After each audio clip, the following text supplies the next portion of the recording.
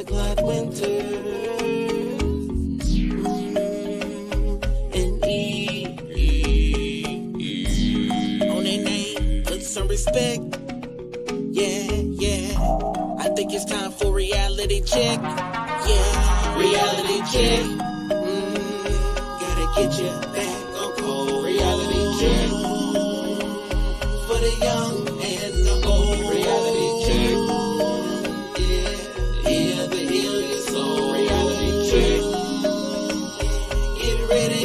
Get ready for the show.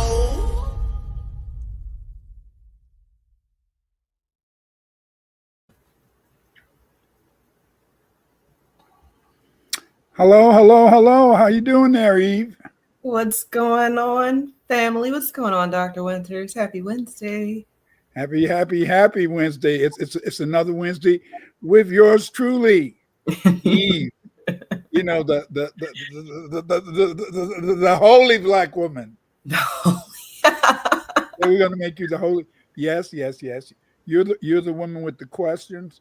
So that makes you, in a sense, an important person because you ask the questions that help us to really think about things that are going on. A lot of times, people are they don't really understand that. They don't really understand a lot of things. But then you ask those questions that make us think. How you doing now, Zachary Holmes? What's going on, Zachary? And thank you, because I think that the question asker gets a bad rap. And I think it starts in school because there's that one kid in the class that wants to ask questions right before the teacher's going to let you go. But they have another question. That was never me. So that was never. I always hated that student because I'm like, damn, because you have picked a better time to maybe go into all of these questions that you have. No, right before the bell. Okay. But now as an adult, I find that people, they don't ask enough questions. And I think that that's partly, I guess maybe I'm going to emphasize the question asking part just based off of the little bit of learning that I've done with regards to who we are and what we're supposed to be doing, like our purpose. But then I think that people start to just take on other people's purposes or, somebody else's program, energy. I don't know. They don't ask enough questions. And maybe if people ask questions, they wouldn't be doing the things that they're doing, but they're doing them anyway because they just kind of took it. And I don't like that. That makes me feel a little uncomfortable. But I think most of society is just cool with it. I don't know. How do you feel about what people are doing? You think they're doing it on their own with their own mentality? I think asking questions are important, but I found in a sense is that sometimes you can ask questions, and get in trouble. When I was working on my PhD and I took courses, I noticed that with women professors, you shouldn't ask them questions, too many questions, because see, if you ask them questions that are too difficult, then they don't never forget it, and they want to kind of punish you. I'm sorry, I don't care if it's a white professor or a black professor. If she's female, a lot of times they want to punish you because they feel that you're trying to put them on the spot. Oh, so, man. Yeah, so I found it to my advantage not to really ask too many questions, That's tough. That's to be punished for wanting to know more. Yeah. I've told you about asking questions at church and stuff, and maybe my questions weren't appropriately placed. So then I have to. How did you ask? Wow, you were asking questions in church. What questions did you ask about things? When we learn about the flood, were there 2 mosquitoes and 2 cockroaches? And then how did they know? And I mean, I know this question that I have is probably a dumb question. Like, how did they know that they got a male version and a female version? But okay, fine. Let's just say that everybody knows the differences. But there's a page that keeps popping up on my Facebook. It's a little spider. It's a spider page. It's a page about spiders. This lady has spiders. She collects spiders, I guess. That's her thing. And then she's got little voices for them. And I've seen all the different spiders, and damn it if I don't know if that's a boy spider or a girl spider. So like She does. She does. Yeah. She's like, you really can see from here and you can see it. And I'm like, okay, fine. Maybe there was somebody there who could say, oh yeah, nope, that's two boys, you get a different one. But then what about all the water animals, Dr. Winters? We just have an abundance of water creatures now because and how were they saved during the flood, huh? Right. But I really hated that I asked questions. When I was going to church, I hated that, because I was a very religious person. My auntie, my Shodi, whenever my mom would have a baby, and it was 10 of us, so you can imagine how many times we saw her. So every time my mom would have a baby, she would take care of us, and I'd ask her questions, and so she was the first one to give me a Bible and a Bible to read and stuff. I read it, and that was kind of a no because remember, back when I was growing up, they said you would go crazy if you read the Bible. So I I was always an adventurous kid. So I said, damn, I'm going to read that book. So then, I'm going to read that book and I'm going to get to the bottom of why these people are going crazy. And so then when I read about Adam and Eve and after Adam and got after Cain and Abel, then I got to Cain and Abel. And then after he had killed his brother, and then he said, well, I'm afraid that somebody might kill me. Right. And I asked the question stupidly, why would he be afraid to ask that somebody going to kill him if they're the only people on earth? And why did I do that? That it didn't change my faith in God. I still believe in God. I still believe in God. And then, just like today when I was talking to Sunetta, he said, what God do you believe in? And I said, I believe in the Creator, because everybody got a name. When you're growing up in the hood, you're a woman. It may have not been with you, but you're growing up in the hood. You got the Black Hebrews, they've got the name for God. The Muslims got the name for God, and you're trying to make sure you don't get your little kid. You're trying to make sure you don't get your ass whooped. I'm sorry for cussing, young people. And you want to make sure you don't get beat up, so you got to know what the right answer is, And it was just very interesting. But that ruined everything to me. In a way, I used to say to myself, "Hey, Shody, why did you give me a Bible? Why did you get me to read this thing? Because this thing doesn't jail. Why is the preacher going with Sister Jones and shit? And they say thou should not be fornicating and cheating and stuff. I said, while all the women in the building, nobody's married, but they got 20 kids and stuff, or they got 6 kids. And so then I just said, so that's when I began to see differences. But I didn't know until I got older that's why black people, as I always tell you, cannot really be religious. We can't really ever be religious. And it's because of the slave trade, and a lot of Latinos, they cannot be religious either. They can pretend to be religious, but see, they can. Latinos, because they are creative people, and Black people, we can't be religious. How can we be religious when we feel it's okay to give a woman a baby and don't take care of our children? How can you do that? How can you be religious and you feel it's okay to fornicate with somebody and you're still a good Christian? You're still of God. And yet that's what it is. And the only thing that your parents told you when you was growing up is keep your skirt down. Damn, some people can keep their skirt down and still get pregnant. How? The skirt was down. It's just that he went under it. Get out of here. But again, the sense is that's what that's what I felt. Growing up, since I wasn't a bougie. I didn't come from a bougie family. I did come from a pseudo light skinned family. So since I came from a pseudo light skinned family because my mother and everybody on my father's side was super duper light. And so then, but my mother, she kind of put a little tea in the mix. And so then, so it was, when I was younger, my cousins went away to college and came back with super light skinned girls that they would marry or whatever, And I came back with my wife, and she was, a little. I made sure she was a little lighter than me, just a touch, just a touch. What was a touch? Just a touch. But I don't know. But I'm so happy.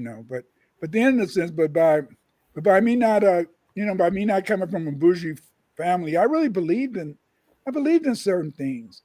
Scholarship was one of those things. I believed in a sense because I wasn't around people when I went to university. I'd be going to certain places, and I'd hear the professors talking about how they would try to make tests fail people, and I'd be in a booth or something here talking about that. I saw people in a sense really seeking knowledge. I saw white people working together to produce knowledge. So I thought that's what it was all about. I thought scholarship was about production. You know what I'm saying? Right, And right. and then in a sense, when I got from around them and I started talking to the brothers and sisters, that wasn't what they felt. They felt that hey, I'm failing geography, I'm failing trigonometry. I'm gonna go take psychology. Everybody was in psychology. But I was still in social sciences because I was just that type of person. Being an athlete, I don't know about you, Eve, but being an athlete, I felt I could kick anybody's ass. I'm just like that. And the bigger, because I was I'm big now. I'm over 200 and some pounds, maybe almost 300. I don't know. But Mhm. back when I was young, I was 180 and always going up against tackles who was 300, 225. So I'd beat the hell out of them. Back then, you could hit them in the head and, go boom, boom, bam. And then, you had that three-step movement. I was looking at and so it was just fun. And then when I got into I started talking to people and damn, I was the only one who believed in scholarship. Damn, wait a minute. I like the fact you believe in scholarship, Eve. You believe in studies and doing research and things like that. I love that about you. But I was so deflated that I was the only person that really believed in this. I was the only person that really wanted to be the best.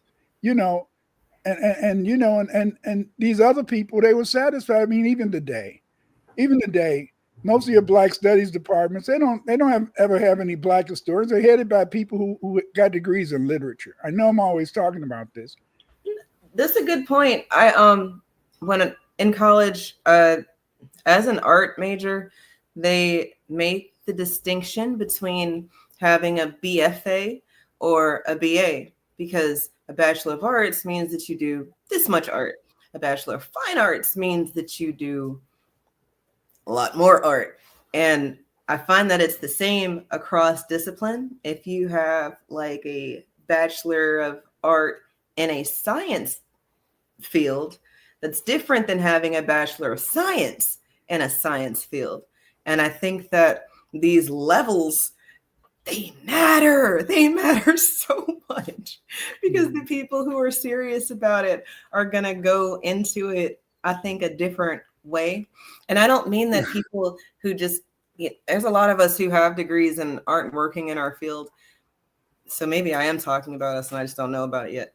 I was just referring to the fact that doing that first step and then getting your job and then doing the things that they say that you're supposed to do once you have your degree, that's great.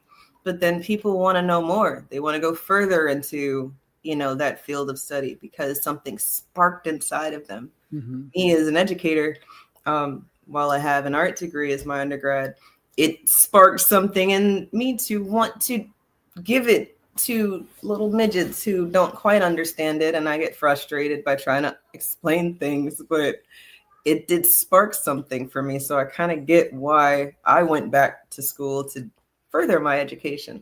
Some people they're good, they did it, done. They got their job, done. They're just looking for their white picket fence and their little poodle dog, and they can retire in the sunset type thing.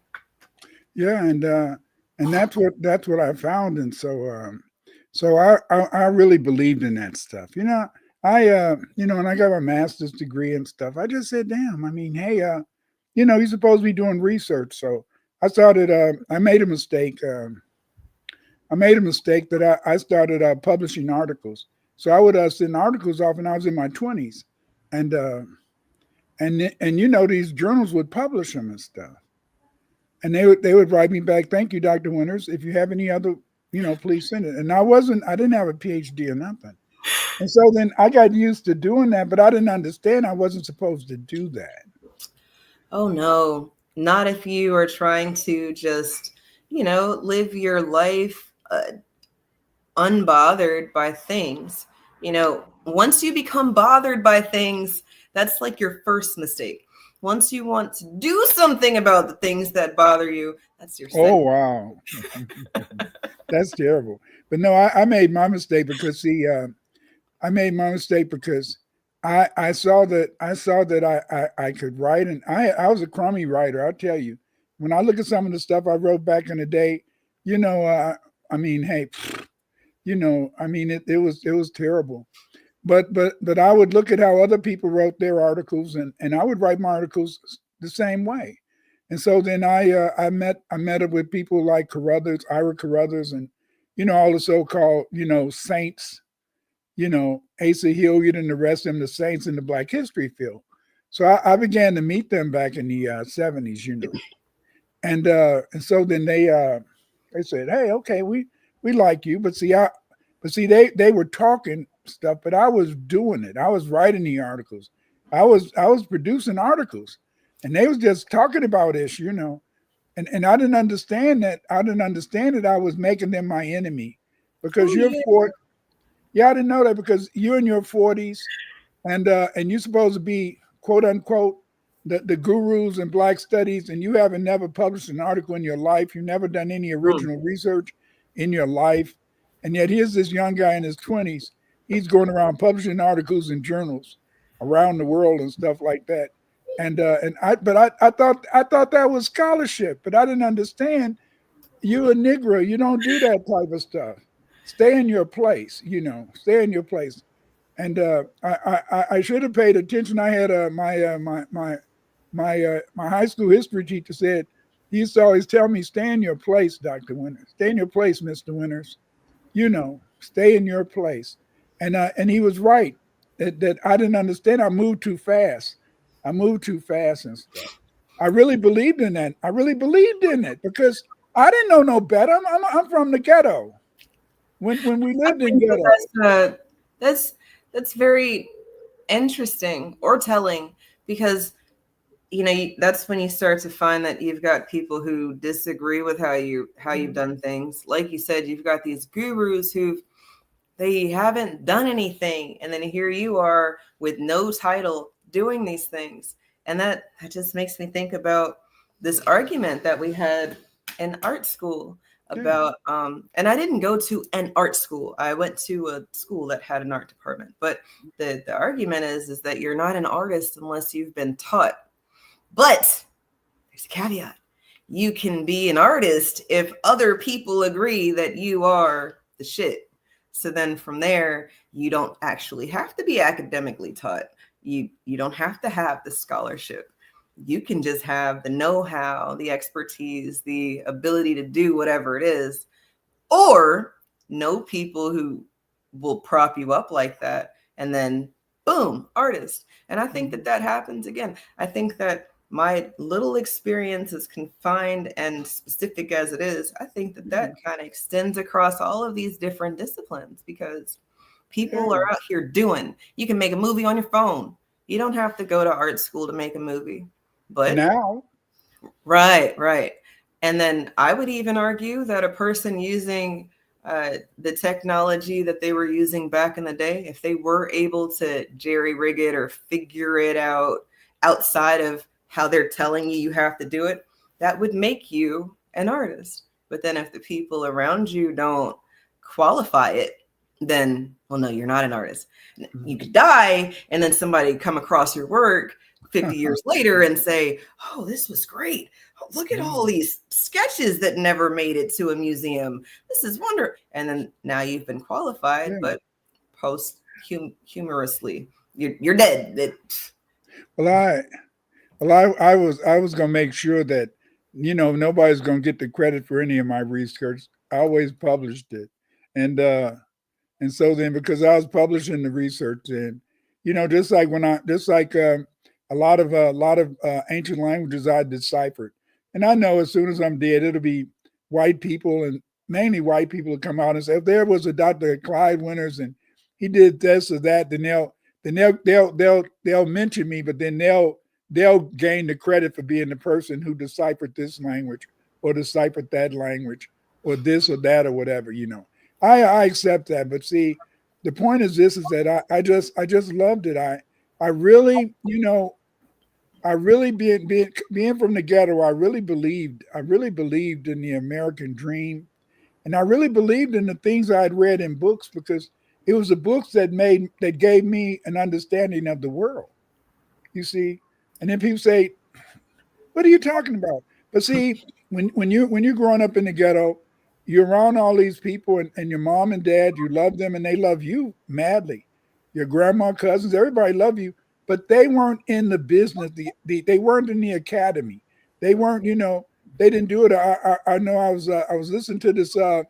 Sometime I listened to geopolitics, and so it was this. It's this guy, and he was talking about when he was growing up, and he was talking about how they began to develop the American concepts of education, learning theory, and things like that.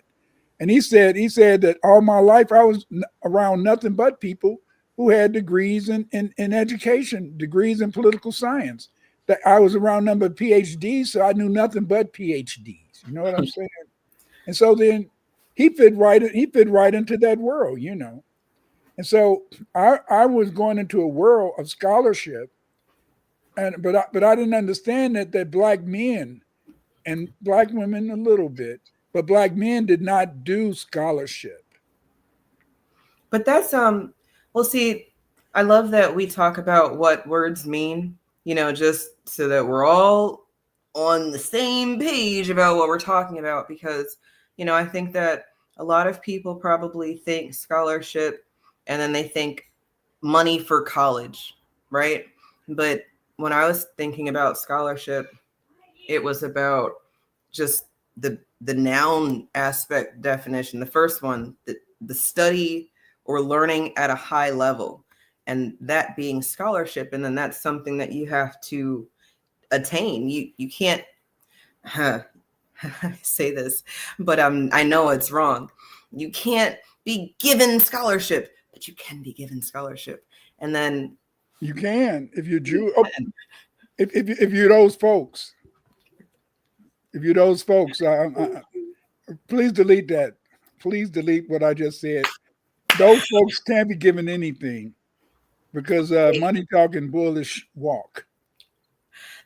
Look, and for what it's worth, when it comes down to it, I don't know if I said it when we were live or when I said it, but I know I said it recently about what do you call a doctor who graduated at the bottom of his class? Oh, yeah. Well, you call them a doctor because they graduated. And it's like, well, if y'all start thinking about the fact that there are doctors out here with D's and C's, you want a C doctor, don't you? Like you were average, your doctor is average. It's just, we all gonna be the average bears over here. Like, but no. Eve, why did you have to do that, Eve? Why'd you have to do that? You never want to think about that there are people who are in professions who they narrowly made it through. But that's the person who's operating on you. That's crazy. It's crazy. I mean, and I heard that joke. I used to work for a dentist. I've got a lot of very random expertise. And anyway, at this dentist office, it was like a joke because, well, some of the dentists that I worked with were not the best of the best. They weren't bad people. They weren't horrible at their job. And really, I think that there is a thing as people not being good test takers because anxiety and nerves and just what you talk about with regards to how people test. There's people out here trying to fail you. Like, they don't really want you to get the answer. They're trying to trick you. They got words that look like the answer, but it's not the answer. That all of that included, it's still joked because at the end of the day, people are not asking for the doctor's report card.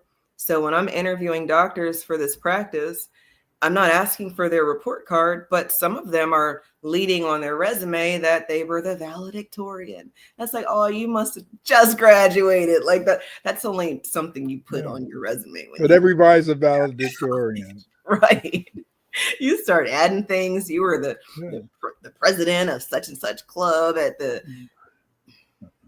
Then, but when you first mentioned that, Eve, when you first mentioned that whole thing about, their grade point averages and stuff, I just started thinking about maybe that's why when I had this doctorate and I never got things well, maybe that's why I had this doctor. I mean, I'm thinking back over the years that it was some doctors that looked like they did some silly mess. Now that I think about it, and maybe they were the doctors who got that C, who got that B, because to get a master's degree, everybody got to get a B. But that doesn't mean in a sense that it's a real B, but everybody got a B. As I've told you before, like when I was my wife told me, Clyde, people paying their money, so they should be learning, so you should be helping them to learn. And I don't understand why people pay money for y'all to fail them. So right. I tried to make sure that I made my lessons learnable. I made my lessons so hopefully the people who took my courses would get something out of it. It wasn't to cheat it. It wasn't to be cheating, but I just wanted to make sure that what I was teaching them, they learned effectively, and efficiently, But at the same time, in a sense, is that that's one of those things. And so when I graduated from university, I really felt that if you're an academic, you should be showing scholarship. And I met all these so-called black professors, and they wasn't doing shit. I'm sorry. And these people, I remember when I was at Iowa State, I was director of Black Cultures in Iowa State. This brother coming up there, he was coming up there for an interview for something. He said, "Where's the bitches?" I said, "What are you talking about?" He said, where's the girls? Did you get some girls together so I could have sex with them? I said, "What are you talking about?" Say, "Oh, you square." And this is but these were the people who supposed to have been the heads of Black Studies departments, the heads of all these things. And like I imagine these DEI. I saw a brother the other day. He was about my size, smiled. I said, he's one of them DEI people, probably like those brothers I used to know back in the day. So I said, what the hell is this? What the hell is this? And so what I did, by me really believing in that stuff, I made enemies. I made enemies of people. I made enemies of Ira Carruthers, and they became the Kemetic Institute. And then all those people you read about from the 80s and 90s was supposed to have been the elite of the elite. Right. I knew them, but they were mad at me because my young ass was trying to. I was thinking that you're supposed to do scholarship, and I didn't know I was just supposed to, kiss a little butt, be like kiss some butt, and then just and then everything would be copacetic, and I mean, hey. Anyway, I get tales, but I'm not telling no tales, and I'm not telling. No, but anyway, it was the tales. I got tales I could tell. I know about them brothers. I know about the so-called Muslim brothers too. I knew what they used to do, but the whole point is that. But it's just that it destroyed my whole understanding of research, And like right now, if you really looked at my my resume not my resume, but if you were to look at my my old Vita stuff, I don't do a Vita now because nobody cares. But if you look at my old Vita, you see about what 300 or 400 articles and presentations that I had done, you know. And so then, but the thing is this, but these other people, they're going around, just like you. When you ask me that question and you're talking about scholarship, just go ahead and do a Google search. None of these brothers gonna show up with any type of background. They're not gonna show up with any type of any type of citations that they've done. It's crazy. But I mean that's just it, and they're considered scholars. Look, and that is mainly why I wanted to have this conversation tonight, because we come across different channels we're familiar with, like the Sonetter's channel, like you were referring to earlier, channels that we're unfamiliar with. But at the end of the day, it seems like there is a divide between who's allowed to give you information and who's not allowed to give you information. But then there's like cracks in the foundation of that caveat, because people like you and me exist, people with degrees who believe that scholarship is necessary in order for other things to make sense. If you don't want those other things to make sense, then maybe you don't need scholarship. Maybe you need assembly line type work, or you need people to only get this much because they don't need anything more than that. But I don't know, that seems very controlling. But that one thing that bothers me. Who's allowed to give it to you? But it's just like when you asked me that question, and you asked me that when you brought that up about a week or so ago. That whole thing is just where is the scholarship? Where just go ahead and do a Google search. Ask Chat GPT. List some of the scholarship of the contemporary Afro-American scholars. It's gonna come up what? Did I ask the question the wrong way? No, just like I remember when I was talking to Yoshi the other day, and the only way he could get Chat GPT to talk about me was to call me the researcher. Right. That was insane. The Chat GPT, the AI knows exactly who you are. Yes. And it didn't, we're talking about Clyde Winters, but do you know what Clyde Winters has done? No, will you tell me? And then they say, well, Clyde Winters did this. Well, what if we call Clyde Winters the researcher? Yes, the researcher. What has the researcher done? Oh, they had the AI had all type of stuff to talk about me then as the researcher, but as Clyde Winters, no. But see, that's that is the beauty. It is so much beauty. Is that I thank God so much. I thank God for three things.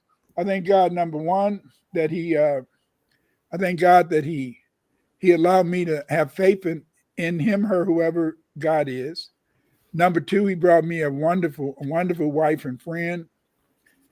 And three, He allowed me to do a lot of the things that I want to do research wise, and He brought me some good kids who I can talk to. Like the other day, they all came over. They all brought pizza and all that type of shit. They took most of the pizza away after they got through. Not really. I'm just lying. I told them to take the food and stuff. I could have told them to leave it, but again, the sense. So I've been really blessed, and see because you're blessed when you can have faith in Almighty God, because that way you can be lonely, but you're not alone. Do you know what I mean? Just like you, you got your partner, and you can be madly in love with your partner, but sometimes you can still feel, lonely, and it's nothing to do with him or your kids or whatever, but sometimes you can feel lonely. But then when you realize you're not alone, then you can keep on going. But I think those people who feel lonely and they know they're alone too, then I think they just say, yeah. I mean, they might, because it's we're a social people. It's when people want to try to deviate away from that, well, I can go at it on my own. You can, all right, but you might not go as far as you would go as if you were sharing the load with somebody else or whatever. Yeah. The scholarship or the acquisition for knowledge, you've got people out here who are super seniors, and I kind of get it. It allows you the freedom to never do anything, but say that you've done a lot. You can have 50 different degrees, super senior. Is at some point you should have picked the lane and then said, this is how you're going to do what you're going to do. Or you would have found something that said, okay, yeah, maybe I want to dive into this a little deeper. You want to do more research. You want to find something new, or get to the bottom of the questions that you've been having. But no, some people make it their life's mission to just get degrees. And I think about this saying that I think needs to be retired. So I apologize if this offends any of y'all, but I feel like this is not only my story, so you can correct me if I'm wrong. But did you ever hear that they can't take your education away from you? That's the big, that is such an a worthless motivational statement that our people tell each other. I'd love to retire it. If you disagree with me, the chat's No, there don't for retire you. it. No, we got to retire it, because let me tell you how your education doesn't mean it. We've been talking about it in our class, right? In your research class, about how once we become competitive, that's when things start costing things. College didn't cost, but now it costs. It costs so much. And well, fine, we get competitive there, and they say, oh, you niggers want to have degrees? Well, now you have to have a master's degree. Yeah. And then, well, now it's more competitive, and well, shit, now these niggas got master's degrees, and gotta have 46 hours. PhD.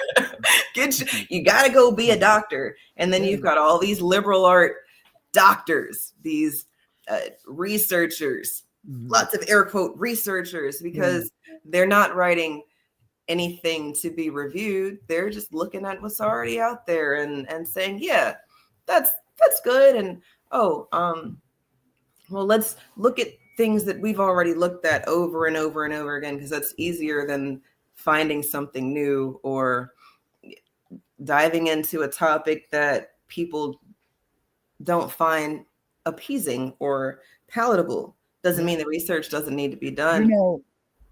It's just like I'm not going to name this person, but this person I was talking to the other day, and she works in the social service area, and she's talking about how so many Black people in this area don't really know their field. You know what I'm saying? And because it's amazing that a lot of people can go and get a master's degree in a certain area and don't even know what that area is all about. Don't even know the lingo. Every field has its own lingo, and you're supposed to be able, in a sense, to regurgitate that stuff. And yet these people, they get a master's degree, but they don't demand really knowing all that they need to know. A lot of people, they shuck and jive with these professors, get in their face, smile, and a lot of times they get professors to maybe give them that B in that course, knowing that they didn't really deserve that B, but they just want to get in that professor's face and smile or whatever, flirt, smile, or maybe even have sex with them. But then, in a sense, to get that B out of the course, but they don't really know what they're doing, and so when it's time for them to have to apply themselves, they don't know how to apply themselves to that particular field that they got their master's degree in, and that's kind of sad, because see, to me, I just always feel that you have to try to be the best. You have to be competitive. And I feel that when you want to be the best, that means that you have to, in a sense, apply yourself to be the best. And the only way that you can apply yourself to be the best is to study hard and to really believe in it. And so when I saw this thing about scholarship, I kept on looking at what these people was doing. So I was with Asa Hilliard and all those other brothers back in the day, and let's just be honest, some of those brothers stole from you. a lot of them stole from me, but the thing is, this is that it didn't really, it didn't. I didn't mind them stealing from me, but they could have mentioned where they got the material from, but they never mentioned where they got the material from, and then they usually failed. But the thing is, this is that I think the fact that God always gave me new ideas, and God always, when I prayed to God when I was in fifth grade, I think I've said this before, and we got this social studies book, and it had all these explorers on it. And then I decided in fifth grade I was going to be a researcher that was going to be the first. I may not be able to discover the latest new lands, but I was going to be the first to discover things in history, and I did that. I mean, for years I was the expert on Islam and China, and then one of those folks, they wrote they copied off of some of my papers and stuff, and then they wrote a paper, then they became the expert, And so then, because those folks, in a sense, I know when I was working out in Evanston, and I was and the head of the I was in a family, what was it? It was in the the people that do the research on abortions and all that type of stuff, birth control. Mm-hmm. So I used to work for them in Evanston, And so then I really took my job serious because they gave me back in the day, like I said, I was dumb.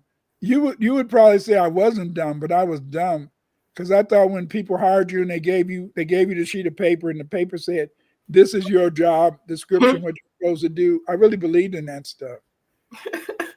And so then, I really took it for real. And then the sister, she was trying to tell me, just calm down, Clyde, just calm down. I said, I'm supposed to do this. And what they're doing is not right. Clyde, just be quiet. Just be quiet. I said, but this is what my job description says. I'm the case manager. But they're not handling the case correct. So do you think, that you were a SPED teacher at some point? Yeah, that was education teacher. Yeah, that was back when doing my last maybe 5 to 10 years teaching.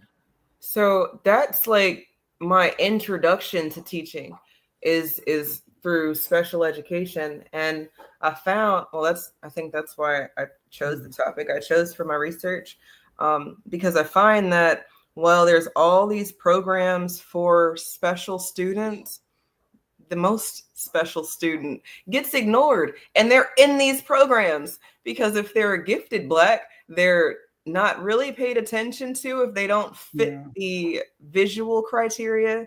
You got to be a light bright or my complexion maybe, but your hair got to look right.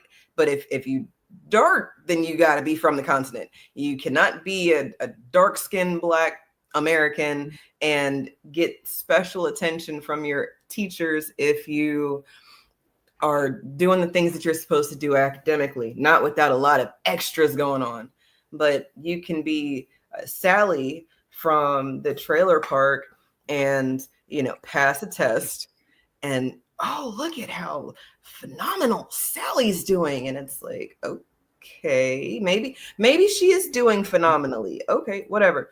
But I would find that I'd have students on my caseload who have the same disability, but the Black child is not exhibiting the same way. The disability is not coming out the same way. And I know that people show things differently, but I was finding that a lot of these children were just being labeled as whatever so that they could get put in a box and forgotten about. Maybe. Go ahead. Maybe that's true, but I when I had to do special ed, I saw myself as a clinician. As a what? Clinician. Right, because I know I believe in cognitive theory. My theory about learning is cognitive, and that you can change in a sense the person's mind, and I know that's why I know that's why we develop various teaching strategies so that everybody can learn. Anybody can learn. See, Mhm. and so then my kids, when I was teaching special ed, my kids were making progress. Some of my kids, amazingly, some of my kids would after a while, by the time they got to high school, they would get into the Into higher the gifted academics and classes. stuff. Yeah, Mhm. because the fact is, this is I taught them because see, special ed, you're supposed to teach the kids learning strategies. See, Absolutely. anybody can learn, Absolutely. but Yes. then you have special ed teachers, and I loved a lot of special ed my special ed colleagues, but some of them did not do their job. Some of them didn't even try. One brother, I think, like I was talking the other day or earlier today, is one brother. He had all these new pictures of some of the girl students and stuff like that in his desk.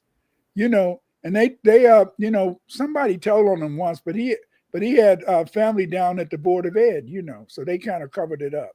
And so then and so then and so you just look at this stuff, and then you know you just say, damn, what are you going to do? I mean, just like you, Eve, it's some teachers, you need to report, so and so, Miss Jones, she's a rotten teacher, she's not doing ish, and I know she's not doing ish, and she should be fired. But then you say, that's my colleague, and so you just turn the other cheek. Nope. Yeah. Nope, nope, nope, nope. I treat them people just like they treat us. No, you I don't. went to No, you HR don't. for You every don't. single one. Yes, You I did. you uncovered for some. It's some people you uncovered for. It's some people in the sense that you didn't tell on, and you knew they shouldn't have been teaching.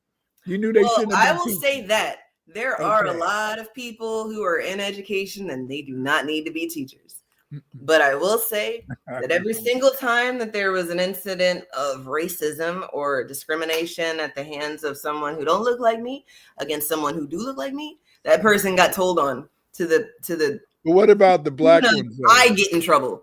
Mm. And I had to call my union rep because I was the one getting in trouble Yeah, for telling on you're all not supposed to. I mean, it's just like some of my colleagues, and they were black, and I knew they didn't need to be. I knew they didn't need to be teaching, and but I liked them, but and I felt, when I look back on it, and even at the time, I felt conflicted. I felt conflicted because I knew that they didn't deserve to be around any kid teaching them, because because they were emotionally unfit for the job. But Whoa, yeah, whoa, they were whoa. emotionally unfit. I mean, I, I wasn't I That's wasn't a psychologist for nothing, but that's a heavy hit right there. oh yeah, I knew a You lot of don't them. know how many female teachers cry at school in front of your students, in front of your children. You've got a teacher right now who's cried in class. And You? no, not me. Oh But I've seen this where the teacher's life is so much yeah. that they can't leave that shit Right. at the door. But then they will be all sorts of mad at Jerome and Yeah. Tanya for being hungry and Yeah. acting up Just because their life is so big and they can't yeah. leave it at the door. You know, I Or these white women teachers, they're in their 20s, attractive looking women too, looking women, and they're going with 14-year-olds and stuff, and yeah. just like the one the other day that was in trouble, Mhm. and it's just one of those things. At least I never met a sister that was going with some of the kids. I don't know about when I was teaching high school, you know.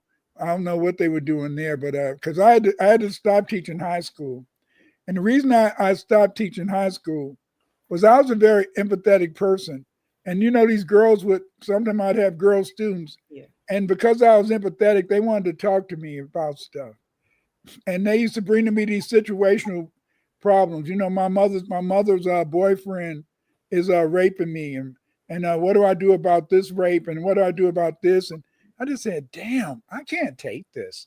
I can't, because these are situational problems that I couldn't solve. And I said, and then when I got my first chance to teach upper grade, I said, wow, these kids, they don't bring you their problems. Whoa! Oh, this is where I belong. This is where I belong. I don't have to hear that mess anymore. I don't have to hear it. It's not mess. It's not mess. But you know, high school girls have so much. Some high school girls have so much trauma in their lives that I was happy in the sense that I didn't have to, in a sense, hear a lot of that trauma. It's terrible, you know. No, that's real. And I wish I could say the same thing. I find that the younger students, and I can't even say that I'm new to them now. I've been teaching this younger age group for a little while now, but they overshare now. And maybe it's because of the internet. You know, they see us doing this. And it's like, oh, well, you're talking to the internet about life. I'm talking to the internet about, not the internet, but me, their teacher. I found out about people in jail because they're doing things that they're not supposed to do. I'm finding out about people who probably should be in jail because of the things that they're doing. All the kids. And I'm like, whoa, okay. All the kids want to show. All the kids want to take you to the to the Illinois Department of Justice site so they can show you their fathers and mothers. The mugshot. Here's my mom. Damn. Oh, man. Here's my mom. Here's my dad. Okay, Johnny. Crazy. I have this video up. I saw this earlier today. It made me think about something we were talking about in the beginning of our conversation. So I'm not gonna play too much of it, but this one part right here is the CPS head said, "Yeah, I'll give you my word, right? Well, we got you." You know how it is when you lend money to somebody and like, "I got you. I'll pay you back. I got you." And you're like, "Oh, I hope they pay me back. It's I about to really need that money." What happens if the CPS and school board, they don't send that payment, the $175 million reimbursement to the city? Then by March 30th or March 31st, the deadline. What happens? I want to believe that the CEO did not come before the city council and lie to them. I want to believe that. But logistically, I hate to press this, but logistically, You don't have to what hate. happened? I'm just saying that he gave the city council his word. Sure, I know, Mayor, but So what you will want happen me if to? you don't So get you it? want me to answer that if the CEO lied to the city council, what's the contingency plan around someone being dishonest? Call on the name of Jesus. Call on holy man. No, see, but what he dealing with is that see, we got a problem with that so-called Black and Brown alliance. Mm-hmm. You know, we've been really thinking that we could have an alliance with the so-called Spanish people. No, you can't. Okay. You know, I don't care if those, you know, they think you're a damn fool. And everybody when they come over here, they get the idea that they can run you over. And that's the problem that he has, you know, in Chicago.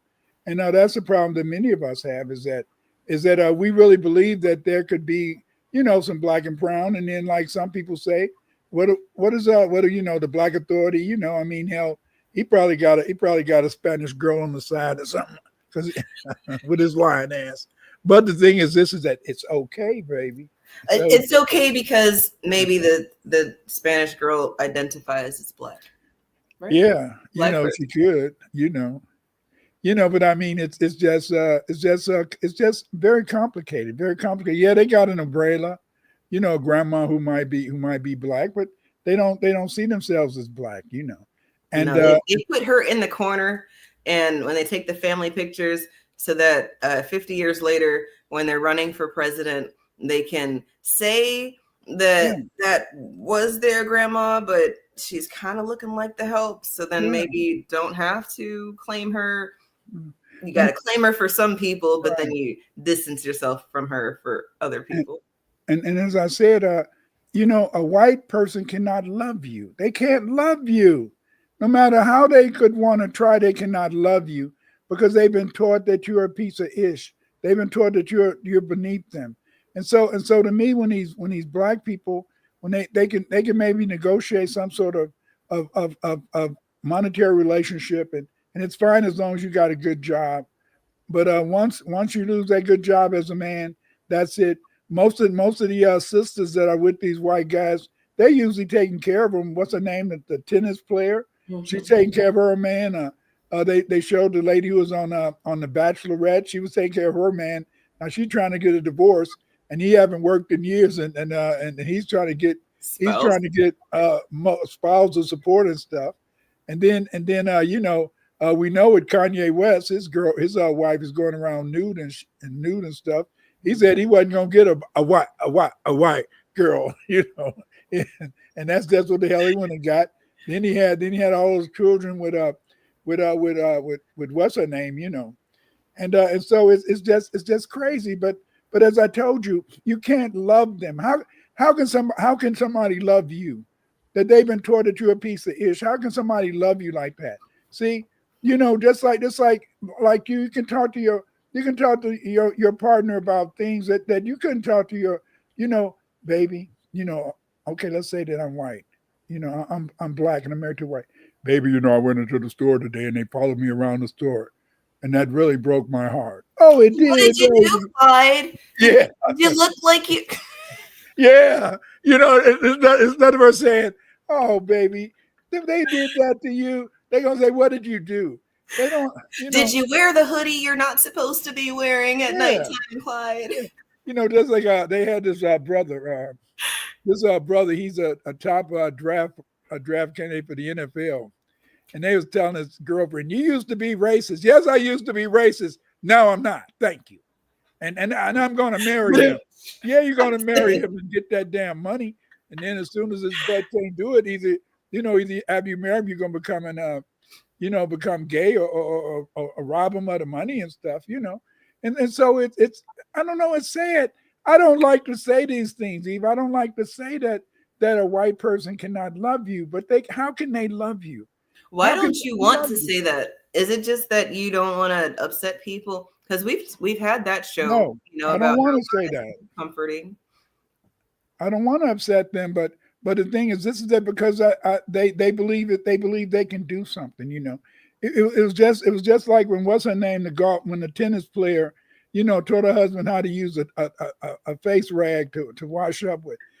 I mean, damn, all my life. All my life, all my life, I saw, my wife, when she washed up, she had two towels, one towel for part of her body and a different towel for down there or whatever. And she never would use the same towel for the front that she used for the back. That was just what I thought that was normal. It is normal. It's about your home training. I think it's what you say that they can't because they've been taught that we're a piece of ish. Now we're going to have dissenters because, maybe they are a child of those flower power, love all, we're not going to fight in the war. We just want to smoke a little weed and, have sex with people and mind our business. We want to make our honey. We're beekeepers and alpaca farmers now. We're not racist. And I've seen these little videos of these homesteading white people and it's so cute. They've got their little junior and he's running barefoot in the woods, but they've got like a garden and he's picking the tomatoes and he's eating the tomatoes. And all the while they also are teaching him the truth. Abraham Lincoln didn't free the slaves and George Washington was a slave owner. And this little junior white boy is all, he knows the truth about these things. So when I see the dissenters saying that, all white people aren't racist and, that's all that's dying down. And okay, maybe they're not racist in their conscious, but they're subconscious that everything else that they're doing is feeding the racism. So for me I think I might know one white person who might not be racist. And I only say what makes you feel that one white person might not be racist? Because she donated on my first billboard. Oh, okay. Okay, good. Billboard was she can't be racist. She can't be racist because she liked Eve, but do she like Clyde? But look, the billboard said no tangibles, no vote. Not kidding. and it was like, cut the check for foundational Black Americans. And she doesn't understand reparations, but she does know that she's got a bunch of different friends of all different colors, and she just wants everybody to get along. But isn't that what the leader but not a leader, Tariq Nasheed, isn't that what he always brings up to show the racism of those people? He always brings up reparations. They always love everything about Black people except when you start to say reparations. And that's what I'm saying. That might be the only white person I know, because did she say reparations were okay? Well, she didn't say that she doesn't want us to have them. She's just like more of if she feels like how she feels, then of course there's other white people out here who feel like me, and if the majority of us aren't trying to mess you up, then we just need to take over the system and replace these old people. And she was very, she's liberal thinking, but it's levels, because again, I think as a white person, you don't have to tune in to any of the hardships that we have as much as you can see it on the news and then turn it off. You're not going to be followed in the store. You're not going to be tailed on the way home. I mean, you might be tailed. Some cops do that. I mean, I've seen the videos. They like fucking with people, and it doesn't matter. But if you're Black and the cop is just fucking around, and then he's on his YouTube talking about, yeah, I like to fuck with people sometimes. And it's like, well, damn, that certain people get very anxious under duress like that, but you want to go just mess with them because you turn on the lights behind them, whoop, whoop, behind them when they are at the light. And then the person does something wrong because they were nervous. They took the foot off the gas. They didn't stop at the stop sign. Now you have a reason to pull them over. What? That's crazy. I don't know. It is crazy, but I just wonder, and I try now to think positive, because I really believe that sometime when you think certain thoughts, that can make those people come to you. Like, if you're driving your car and then you'll drive, and then a lot of like my daughter, she's a police officer, and so she says, whenever you pass police, never look at them, never look at their cars. Don't never look at. I just knew that in my head. Yeah, don't look at them in the car, because they're gonna fill you up to something. Ding. Can I see your driver's license? Man. Oh, let me give you guys a tip. And if you get pulled over after this, then it's just a bad tip. I'm sorry, but I have a theory. If you're speeding, don't slam on brakes when you see the cop, because that means that you were not aware of your surroundings. You got a point there. You just got to keep going. Like, maybe you don't just keep hitting the gas. You just let off the gas, but do not slam on brakes.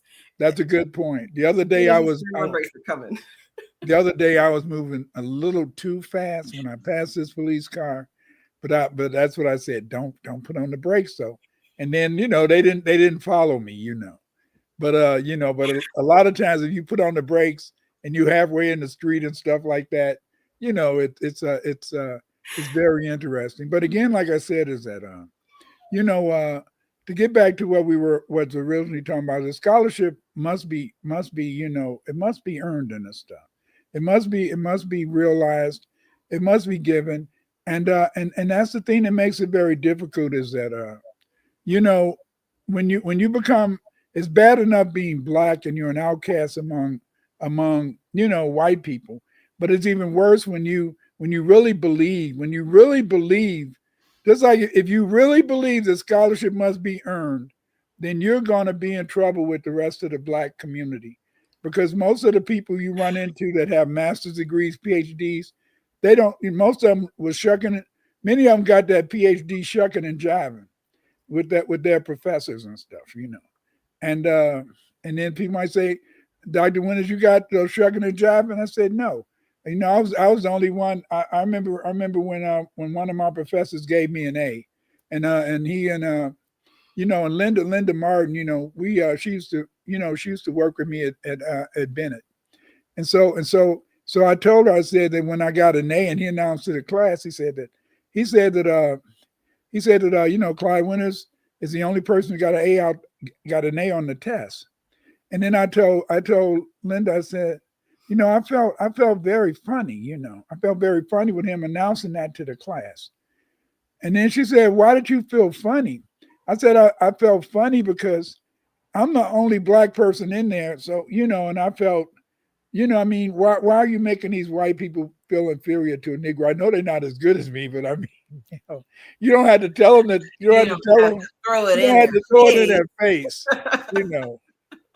And, and so then so Linda said, but Clyde, you shouldn't have felt like that. But I said, that's how I just felt. I felt funny, I felt funny because I think that was the thing that made going to college so bad. It wasn't negative, but going to college, I just saw white people I found white people wasn't superior to me. And I found white people wasn't superior to black people. And not just in sports. I found they weren't superior academically. And so then even from my undergraduate years. And so then that was a bad thing to find out because I didn't know how to stay in my place. See, your place at the top seems like you found your way to your place. You're supposed to be at the bottom, in the bottom. See, just like you're a beautiful girl, and you love your people, and you're a little naive, but you're more wiser than I was at your age. You see, and so then, but the thing is, this is that back in the day, when I got out of college, I shouldn't have been trying to publish articles in my 20s. I was supposed to wait until I got to be a professor somewhere, No, but I'm publishing articles in my 20s. And so then when I'm running into the so-called black academics, and they haven't published ish, but they're the ones that people are putting in Time magazine and Newsweek and the Newsweek magazine and all that as being scholars, and they're not doing scholarship, and you're doing scholarship, and you got people hating you. The only thing that saved me was that I was the youngest and I've outlived them. But I mean, so now they can rest in peace, and they don't. And but then the thing is this is that I don't care. See, just like you, Eve, you could have a lot of enemies except for the fact that you're not really as pushy as some people would be, and you're not out there really around those people. You're not going to conferences and. I don't think you go to conferences. Maybe I'm going above, but you don't go to conferences. You're on your face and having people get who the hell does she think she is? Why is she presenting that paper here? So what? I don't know. I couldn't read that introduction. She's got all these references from French and German books. What the hell is she doing? What is she doing with that Chinese? How does she know the Chinese said that? I know he don't really know what he knows. And so, but I mean, hey, but again, like I said, scholarship must be earned.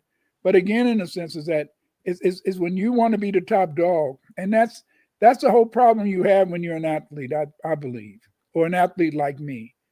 By me being that makes sense, though. If you got a kick-ass mentality, or just that you want to be the best, you might not be the best. But you have that drive to get out there and practice. We talk about this practice aspect with our minis all the time because all 5 of them are really good at something. And maybe it is the same thing for a couple of them or whatever, but they all have their one thing that they're really good at. They could be great. They could be excellent if they practiced. And they don't like to practice. And I see that, with our youth, if you get it easily, then you think that's it. That's all you had to do. But then life comes around and smacks you a couple times. And it's like, you thought you got it, but you need a little bit more. You thought you knew, but you need a little bit more. And maybe we should get ready for that, when we're younger. See, you're looking at it from the outside, and you're saying that they're gifted in certain things, but if it's what they really like, they're gonna do it without Right. you being a part of it. Just like I was in a 5th grade classroom, and I got that history book, and I decided I was going to be the greatest researcher in history. I made that decision when I was 10 years old.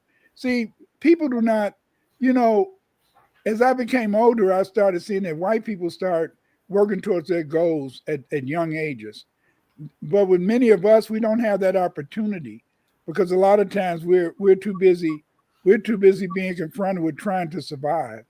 Absolutely. Trying not to get killed, trying not to get shot, or we got to show off, or if you're a brother, you got to try to see how many women you can give babies and impregnate and stuff, or at least have sex with, and so then you don't know. And then if you're a sister, you gotta play it cool, but then at the same time, you got to be a little bit frivolous and take a chance on guys, and you be waiting, and then every guy you take a chance on end up being the one that ain't no good.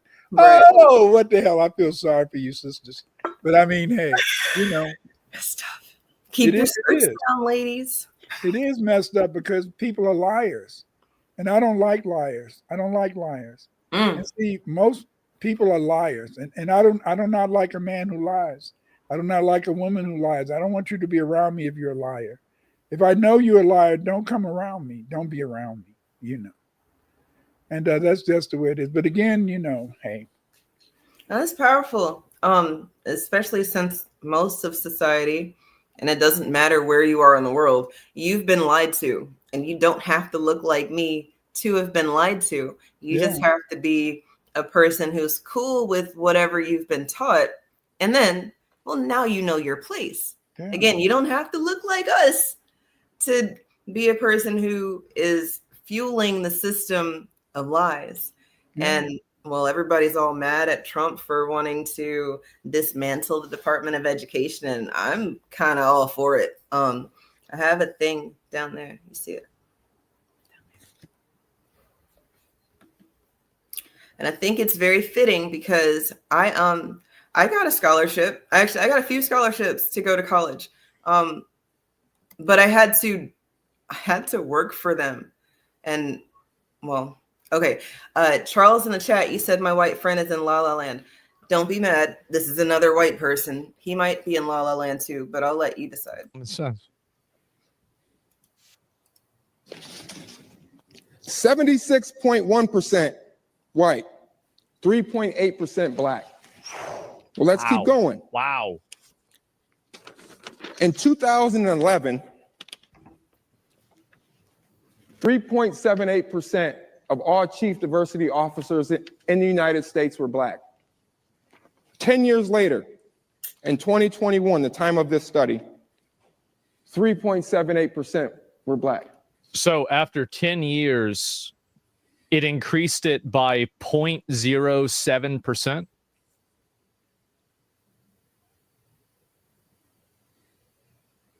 Or did I hear the number wrong? Wait. It's less. What did he say? Let me go back. Officers in the United States, 8%, 2011, 3.78%. 3.78% of all chief diversity officers in the United States were black. 10 years later, in 2021, the time of this study, 3.78% were black. It didn't change. No, it didn't change. Look at his face. Then what about the moment when you actually realize that you're not here by accident? And it's but that's just the way it is. I mean, it's just the way it is. Because see, you had to be competitive, and the thing is, this is that, I live in La La Land, and don't live in La La Land, Eve, because I live in La La Land. And what do you mean you live in La La Land? Because I really feel that I should challenge stuff. I really feel I should challenge. I really feel in the sense that as if I call myself a scholar, I should challenge. I remember years ago, and somebody did something, and I said, he said that. Did you hear that white guy say that? And then my wife said, Clyde, you could do it too. What? What? She said, you could do it too. You do research, you could do it too. And she was right. The only difference is that the only thing is when I do it, and then I have a research paper to back it up. Hey, there you go. And look, that's the beauty of people who are doers. I think part of my awakening, well, like a lot of you guys, you went to Kemet first because that's what they told you. They told you that, you got to go to Kemet. And then from there, a lot of people stopped in Kemet. But in Kemet, you learn about, the netures and the neteru, and you've got this energy, neteru, and it's all about thinking. And you have to think something before you do it. And now people will say, well, I'm spontaneous and outgoing. I don't think about things before I do it. No, you thought about it. You just didn't think about it right now. You thought about it in the past. You said next time you had the opportunity, you were just going to go ahead and do it. Something you wanted to do, you never had the chance to do it. Now you can do it. Didn't mean you didn't think about it first. And I think that our existence, and this is just my thought, you guys, on us being here, but we would have had to think about being here. Well, and then we would have to do something to get here. And now that we're here, we're supposed to do something while we're here, and then we can get to wherever we're going. Right. But look at this, Eve. It really used to sadden me. Is that, I am 74 years old. It's been I graduated from university in 73. That was about 50 years ago. And it's been over 50 years ago, and we still don't have any black, intellectual magazines. We still don't have any black journals. Think about that. We still don't have any black journals. We still don't have black professors publishing their research and starting their own journals. I love to see white people get together and then they, they're in linguistics, and then they say, well, what about psycholinguistics? Then they start a psycholinguistic magazine, and then they say, well, what about neuropsychology? Then they start a magazine on neuropsychology. And then you find us, we don't start any magazine. And in fact, the people will tell you not to even worry about it. You look at these so-called black universities today. They full of I'm not against tether, so don't get mad at me. They're full of a lot of foreign black people who are dominating these black so-called HBCUs, And then people say, oh, that's because you don't want. No, it's not that you don't want to come. They don't give us the scholarships. They don't give us the scholarships. A lot of times they're ready because, see, white people always like to think of us as a joke. They like to think of us as a big joke. And they like to act like they're helping us while they're not helping us. But then they just say, oh, see, if you just tried a little harder, you would have made it, but you just didn't try hard enough. See? Oh yeah. That's like, well, if you decide that college is where you want to go, I hope that you have a plan, and then I hope it was a plan before you got to high school type of thing. Like you said, Dr. Winters, a lot of us are not thinking about our minis' future as much as we want them to be here in the future. Not what they're going to be doing, but just that they're going to be alive. They're going to be safe. They're here. So many of us don't make it. Now, taking all of that into consideration, you decide you're going to go to college or whatever. Once you get there, you would have to be planning your next move, or you're going to be a person who's just spending your money. And like we talked about earlier in the show, the only reason college costs is because they wanted to keep us out of these industries. So they put a an obstacle in the way. You have to have a degree. Well, we get those degrees. Well, you got to have another degree. We get those degrees. Well, now you got to know somebody. Oh, Well, certification. start sleeping with them. And then it's like, well, no, you didn't sleep with the right one. And then it's like, okay, I was exaggerating a lot there, and excuse my exaggeration, because no, a lot of us don't sleep with them. But I'm just saying that it doesn't seem to matter what you do, because there's going to be another obstacle that they put in your way for why you can't get to the next step. And with these scholarships, they'll have you filling out an essay. Write an essay about an important time of your life where you had to do X, Y, and Z.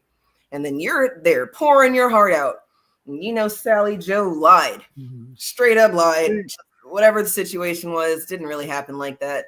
There was no situation. She didn't even write it. Whatever. We're doing the actual work. And not that some people don't cheat, because people cheat.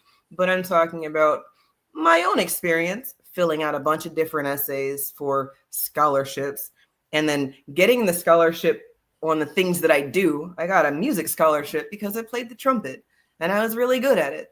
So they paid me to come play for their band, with the band.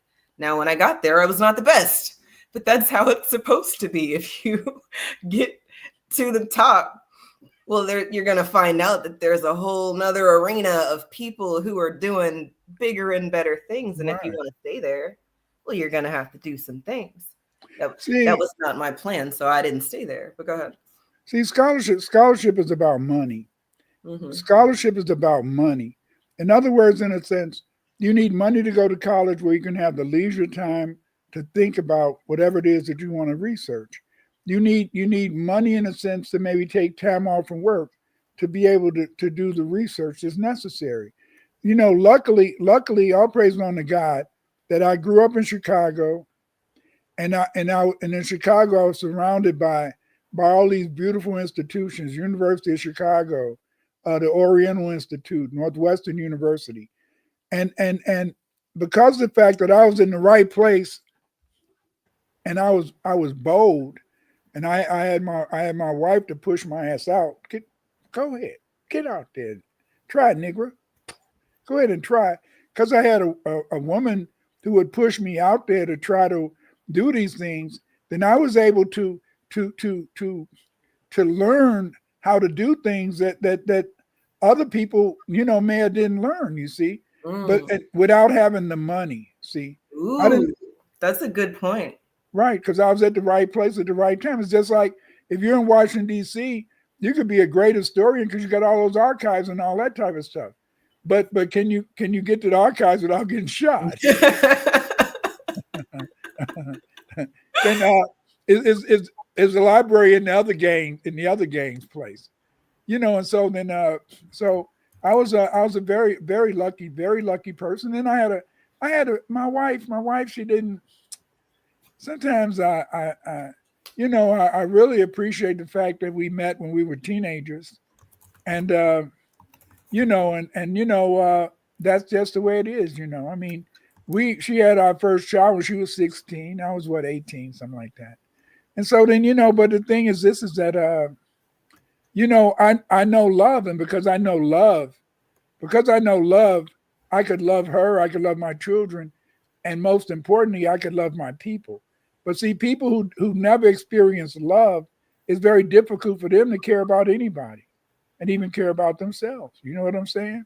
That's very true. You talk about that when we talk about interracial relationships, because while we are in love or in lust or not understanding what love is, right, we end up in these situations that, have a lot of harm that come with them. So while you think you're doing the right thing, you really are harming yourself in a way that you might not be able to come back from, because you start making children, and then, now they're introduced to your self-harm, and you don't even think about it like that, but it's suicidal, because that black grandma in the corner, that abuelita, she's about to be gone. Her genetics are gonna be gone in a couple of generations because, love is colorblind, don't you know?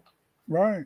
And that's why a lot of those black movie stars back in the 40s and 50s, those women would have would have their tubes tied, or they'd get, hysterectomies. That's why a lot of those so-called white actresses, a lot of them they said was really, really sick and died terribly.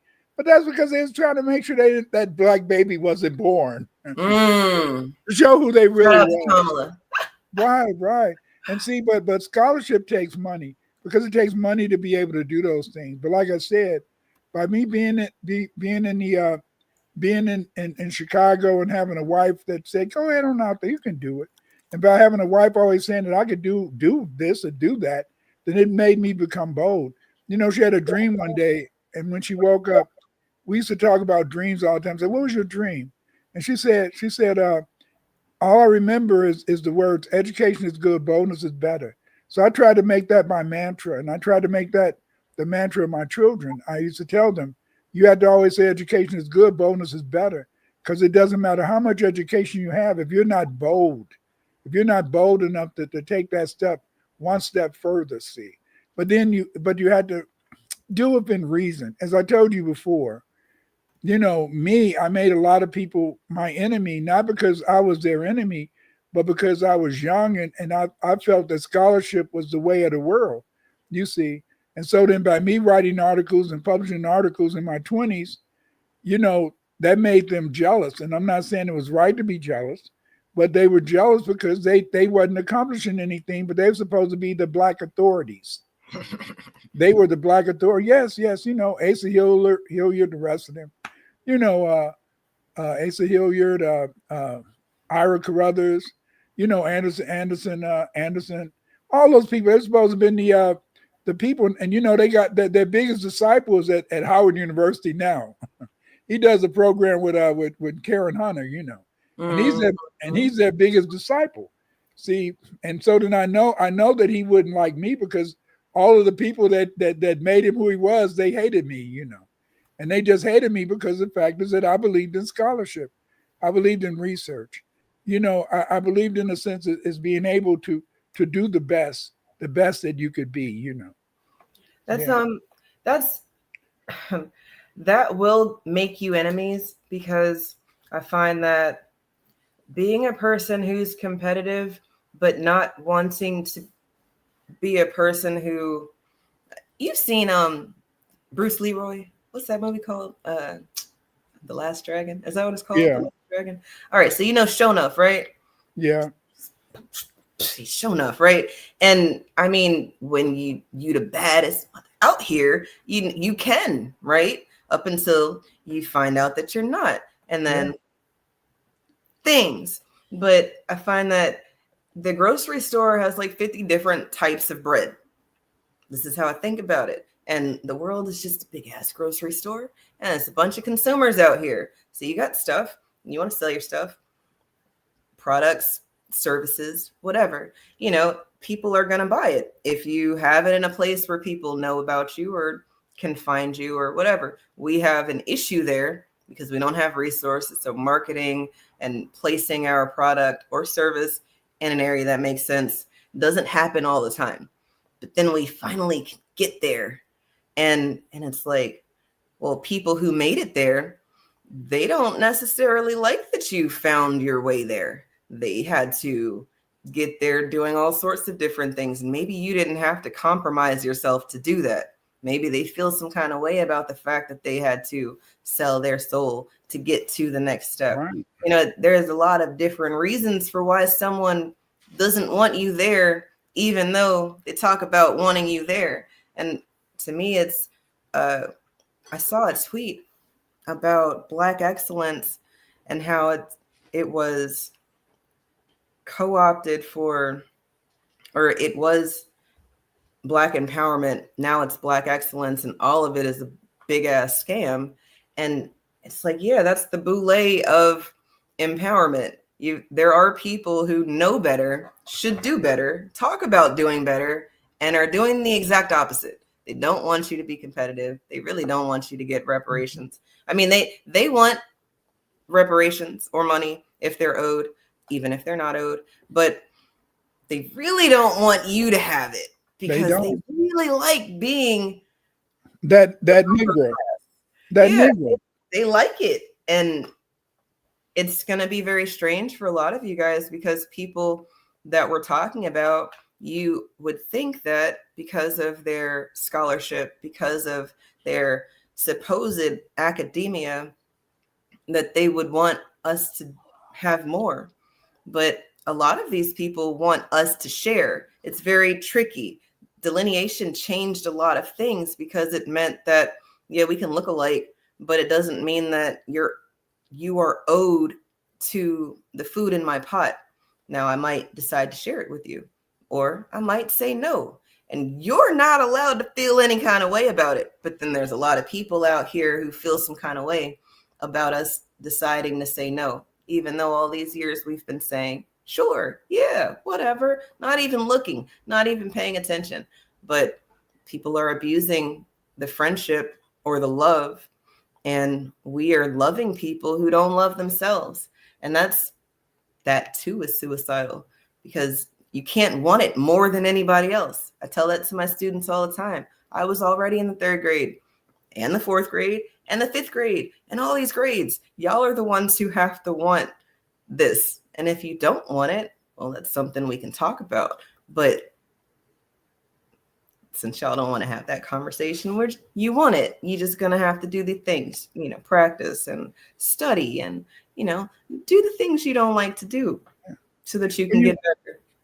You hate those moments in class when you had to really talk seriously with them, because you don't want to go there, but sometimes you have to. And now when I look back, I think sometimes they wanted that. Sometimes they wanted you to be genuine with them, and they felt that when you not to cuss them out or anything like that, but to be genuine with them. Because see, the thing is that they know when they're doing bad, they know when they could do better, they know when they're deliberately ruining the education. See, that's the beauty of the European, because see, the European knows that those black kids who make it hard for you to teach them, then later when they graduate from high school, instead of them saying, see, they don't really grow up feeling that the system let them down, because of the fact that they was acting up in the classroom, making it so that teachers couldn't teach them. They feel it was their fault. Right. See, and so then see the European, he always uses reverse psychology on us, because the fact is that we don't look at the second level of whatever event is taking place, and so then we don't even see that by you acting up in that classroom, so that Eve can't really teach you that math lesson. Then down the road, in a sense, instead of you blaming Eve, you're going to say to yourself, if only I would have let Eve teach me. If only I would have let Miss Eve teach me. If only I would have let Mr. Jones teach me. If only I would have let Mr. Winters teach me. Then, in a sense, so see, most of the time, our kids always leave high school feeling guilty and mad at themselves. Absolutely. The system is designed to keep us on the bottom, and you've got, we help the system keep us. We do, because it's the suicide of it all. We're not supposed to be here, you guys. I'm sorry to have to continue to tell you this, but if you are a melanated person who is native to this land, you're not supposed to still be here, let alone know that you are native to this land. So there's 2 things that's not supposed to happen. From there, well, you're supposed to kill the babies, all the abortions. Y'all are the babies of the world. Let's put all the Planned Hoods in the hood. Okay. You look at the stats, and maybe we're not the ones killing all the babies. You look at the populations around the world, and you find that for us to be killing so many of us, our numbers not going down, but there's this other group of people whose numbers going down. The math ain't mathin', but because they're lying. They're just straight lying at this point, because we're not supposed to be here. So we've already beat the system, and because they changed the chains, right? We're not in shackles anymore. We're not getting lynched in mass. People think that things are different. Things are not different. We just haven't figured out that we've already won. When you know you've already won, you can hold the ball. Basketball, there's a shot clock, sure. But if you're up by 1 billion points and it's 10 seconds left on the clock, you could go out there and show off and slam dunk it or shoot it from the wherever the fuck you could, or you could just hold the ball and just pass it. Like whatever, like, right. You could just play keep away at this point, because why not? Are you one of those showboats? Are you show enough? Or, are you humble? Do you appreciate the win? And again, maybe some of these analogies are missing from people's experience because they didn't experience these things. See, let me break it down to you, family, is that this is America.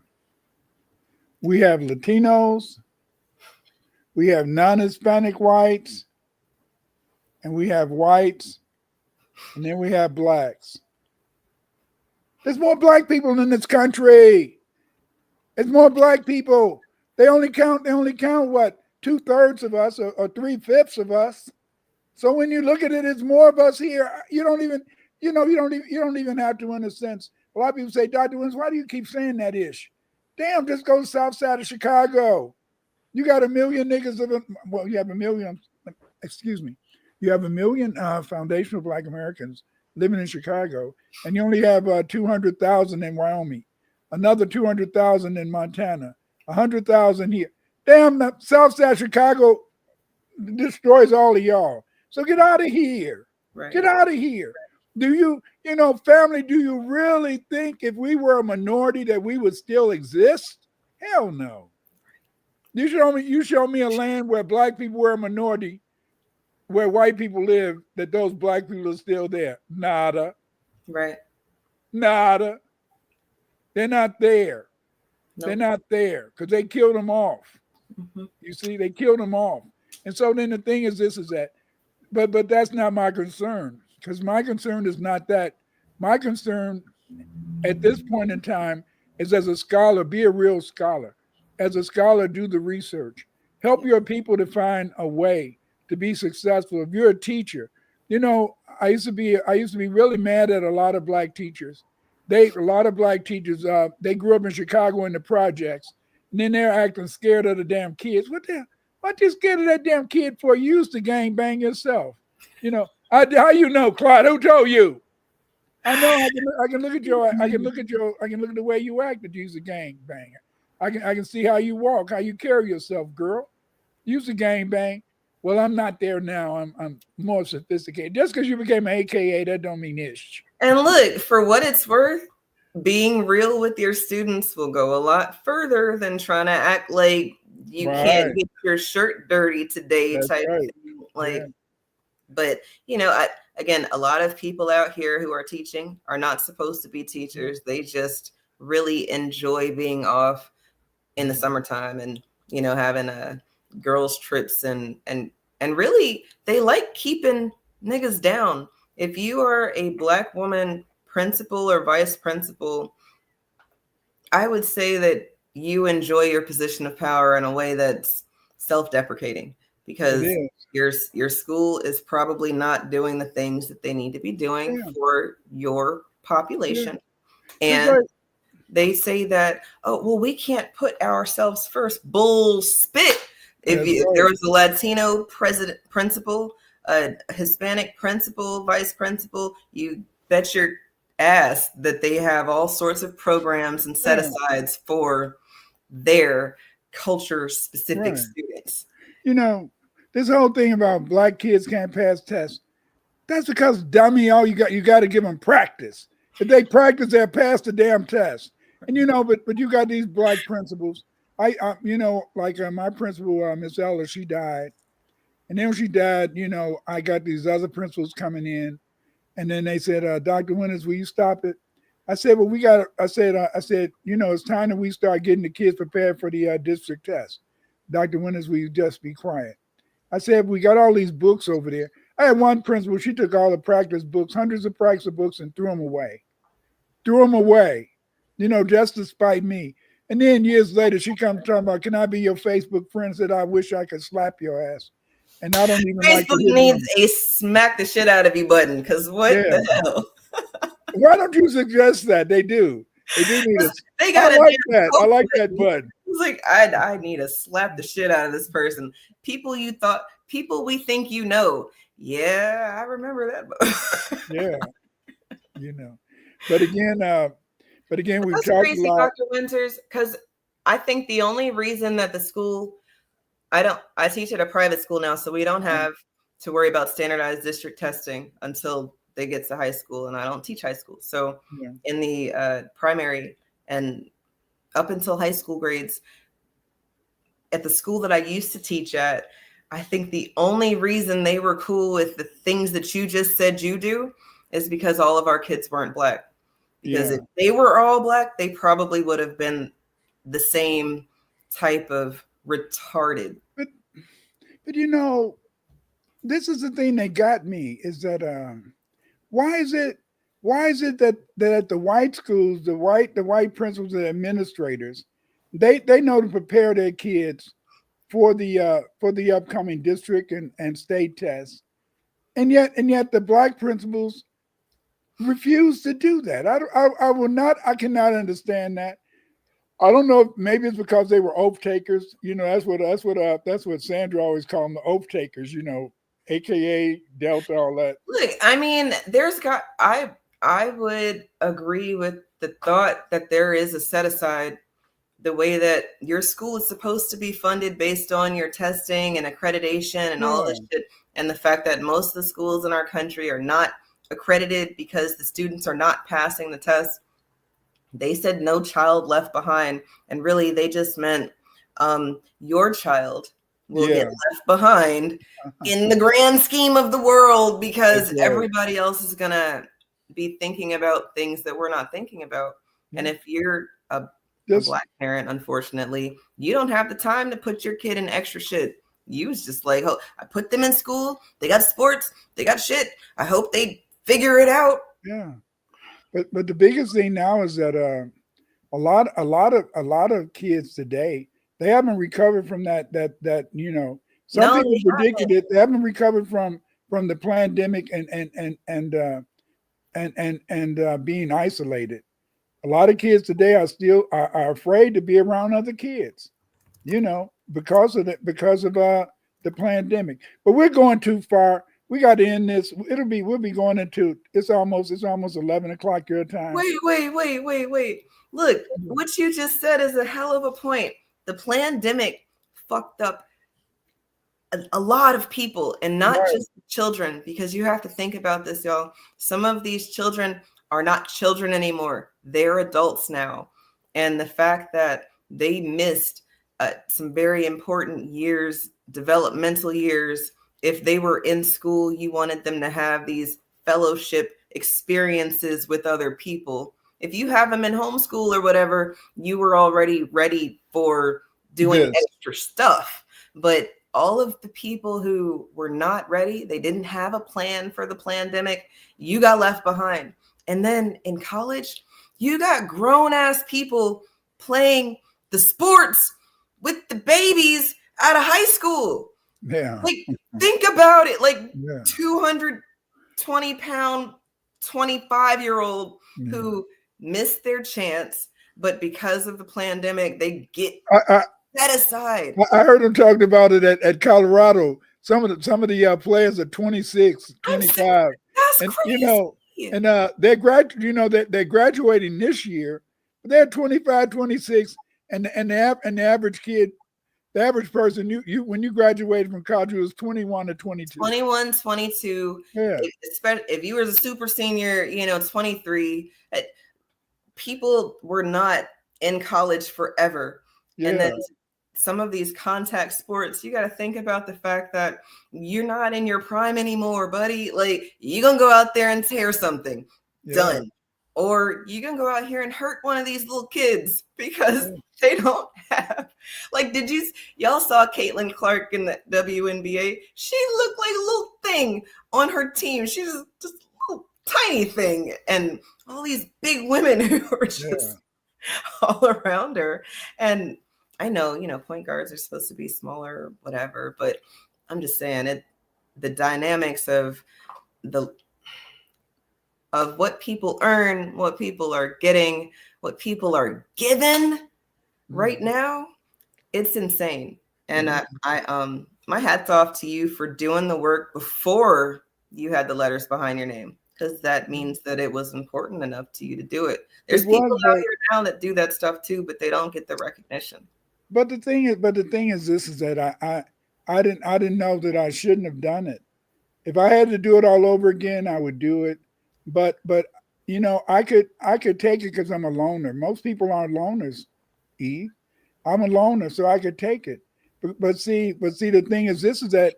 But when I found out later that I had these people who were against me, and I hadn't done nothing to them, and they were against me, and they were fighting to hurt me. You know, my wife. She said, my wife once. I was up on the stage doing some presentation, and later my wife said, there's people talking about killing you, and I said, I'm just talking about. I was just giving a lecture on how Africans could use their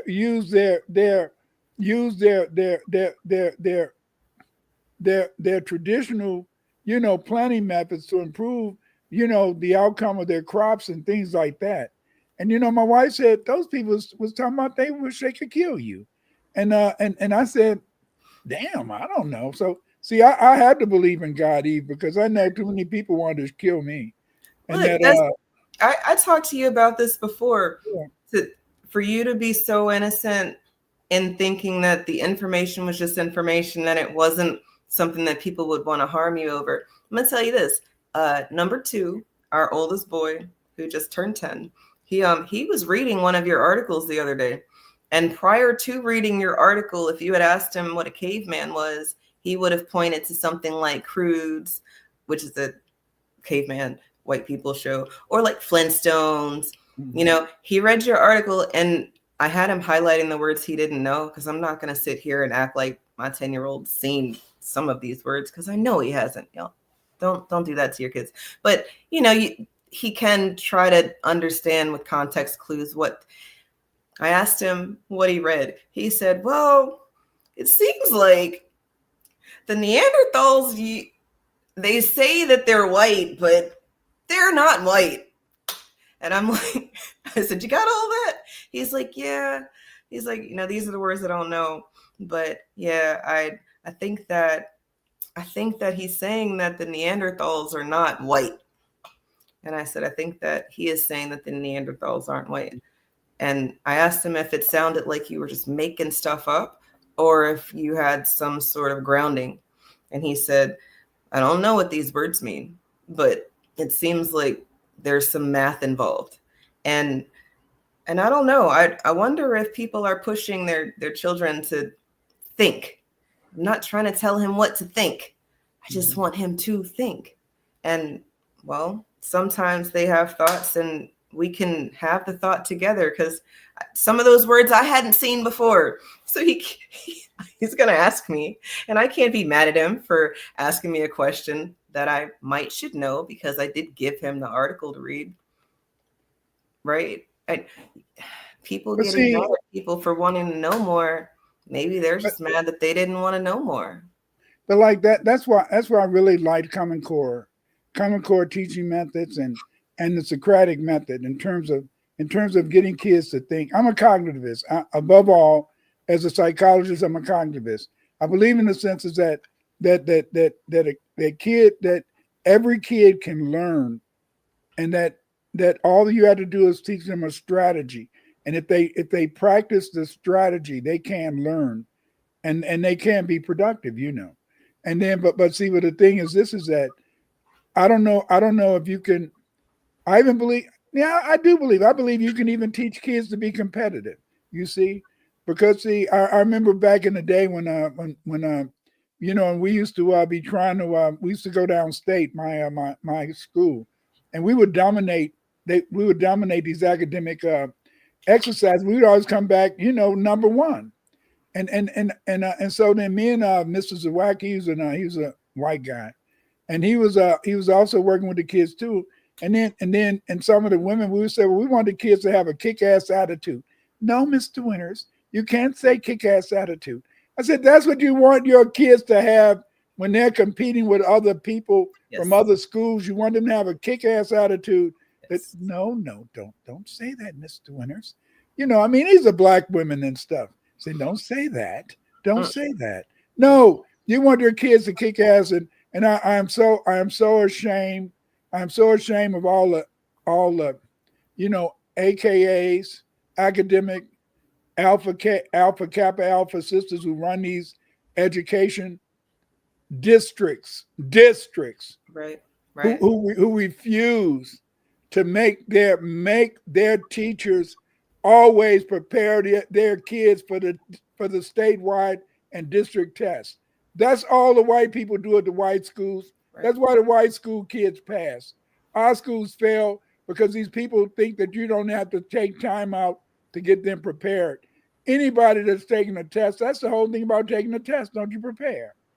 Look, they know. They know. They love the mammy aspect of it all. You know, they love the buffer. They love being the you mean the black principals? Yes. Love being mammies? Yes. Yeah, right. Yes. And look, I hate the fact that it's very easy for me to picture one in my head every time you've said it. She is an AKA. She is in administration, and she kind of looked like a mammy. But then maybe I look like a mammy. I don't know. Like, but when I think of a mammy, I think of a specific type of looking woman, and maybe y'all do too. And she was very nice, but to me, what you said, the competition is gone. They don't want you to compete.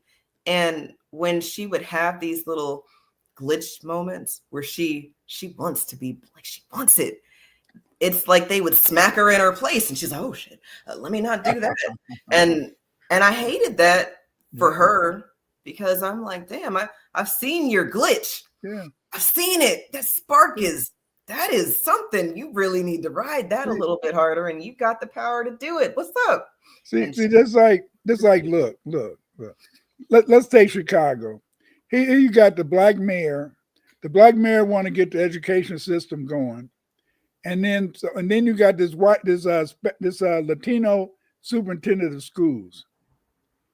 The Latino superintendent of schools, you know, is trying to fight the black mayor. So the black mayor, in a sense, says, "Well, you're fired," and then the state rehire him. Then the state rehires him. See, that's just to show. See, that's just to show how when you're black, how everybody, you know, the outsiders are always there to try to make sure that you uck up, to make sure that you fail, and they're right there. They're right there because see, there's no way if the mayor of Chicago was Rahm Emanuel, there's no way they would have let that man. The courts would say, well, we're still going to keep you superintendent for a year. No way. They would have just said, no, you know, you got to go. But see, because he's black, and because they want to make sure that he fails, they let him stay. And see, this is the whole point. See, you know, either they're going to make you fail or they're not going to make you fail.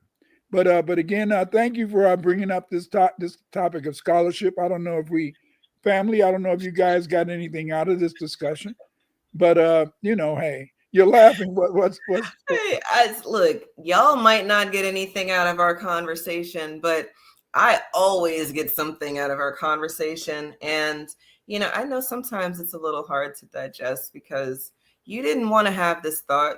You thought that you did the thing, so you were deserving of what you were given. 9 times out of 10, it was probably yours anyway. And they took it from you, and now they're just giving it back to you in bits and pieces. And some of you feel like because of the work you had to do to get the bits and pieces, you have to kind of stunt on everybody else who didn't do those things to get where they are. And shame on you, because like Mr. Neely Fuller Jr. would say, we're all prisoners inside of the system. And until we figure out how to fix this shit, who's to say that, you know, my way is not the way, or that your way is not the way? But you would have to actually do something. You can't just be out here talking shit about things. No, do some research. stand when people don't want to. Go to the places that people don't go. And I don't mean like go to, you know, a rundown shithole of a place, but the library. Y'all don't see people at the library. I drive past libraries all the time just to prove my point. The parking lots are empty. There's nobody there. And then it's extra be quiet because it's already so quiet. And now you're extra in tune with the fact that there's nobody here. All this information at your fingertips, but you don't want to go. You don't like reading because they told you you don't read. But see, you gotta unlearn this stuff, y'all, and then relearn the truth. You can see the setup. You can see the setup for another erasure of knowledge among white people. Let me explain to you is that white people always go through a process of losing knowledge and losing how to write. Like right now, most of your major universities are near sources of water. and so it's like, so if a big flood come, then those universities will be destroyed. Done. But see, we don't need a library, because the fact in the sense is that we have access to the Akashic records, because we've got all this knowledge. But see, they need to have something that they can write on, something they can print out, and that gives them, in a sense, legitimacy. It allows them to know, to be who and what they are. And so, you know, just like when you asked me the other day about scholarship and about this or that, it's sad, but I'm sorry. You know, I'm just sorry that if you're looking for those people today out there, Eve, you're gonna be brokenhearted. But luckily, in a sense, you have children. So when you feel sad, go and grab one of them and hug them and say, "Baby, I love you. I love you too, mama." You know, and go and have sex with your partner, and hopefully after you've done that, you can say, "I can make it another day." That's a hell of a prescription, you guys. That's how you really be gay. You know, that's gay the right way. Right. And I know they don't want you to even have these thoughts, but chemistry, black magic. I love that you said go to museums. I grew up in DC. My parents took us to Smithsonian Row. We went to museums. We were at museums all the time, it feels like. And now there are some schools that take field trips to museums sometimes. I think the pandemic messed up a lot of our interactive learning opportunities in schools, in these systems, the school system. So you would have to, you know, have your child in like a private school to get the hands-on learning. In Baltimore, they had that Black and Wax Museum. Scared the shit out of me when I was in the 3rd grade, because it takes you through the slave ship first. And I was like, what the fuck is this? And they had screaming. It was cries. It was very traumatic for me as a 3rd grader. But yeah, because I can remember it all the way to today.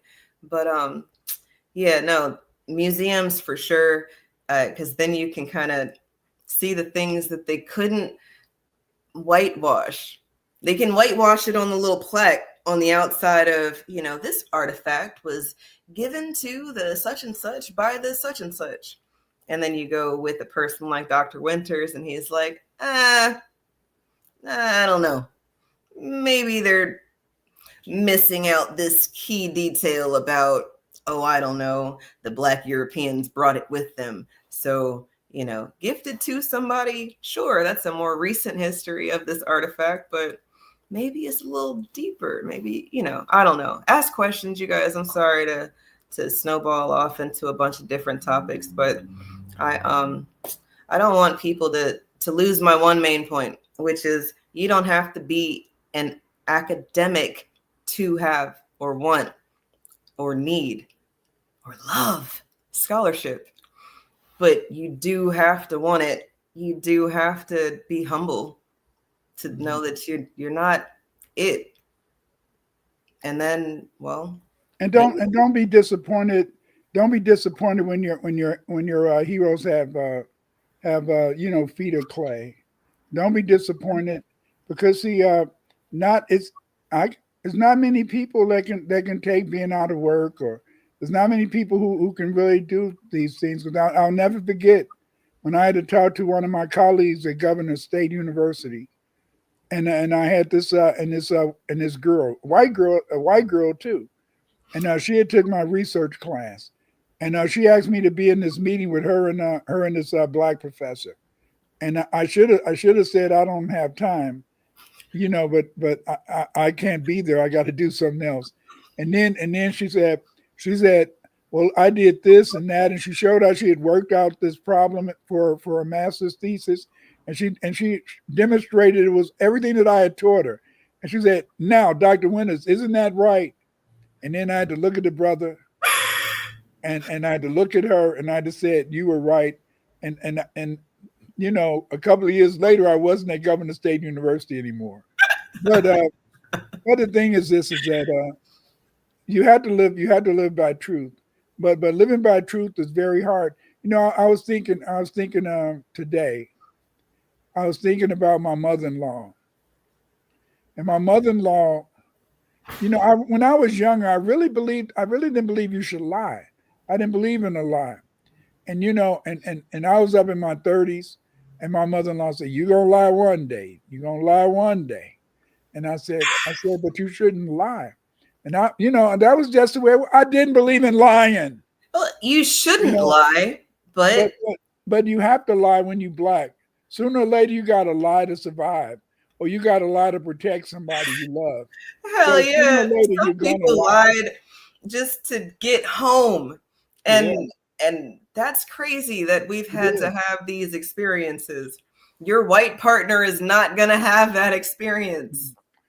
They're not going to understand you. Where are you coming from? Are you supposed to be here? No, I don't. I think that the truth will set you free, but freedom could be at the bottom of 6 feet and some daisies.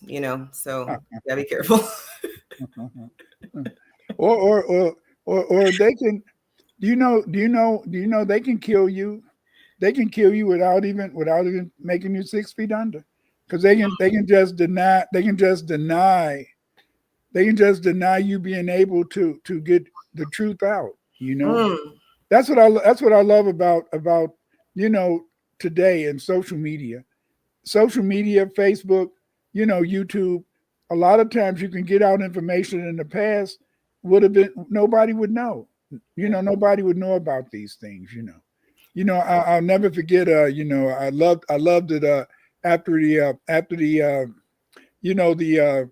the Super Bowl and stuff, and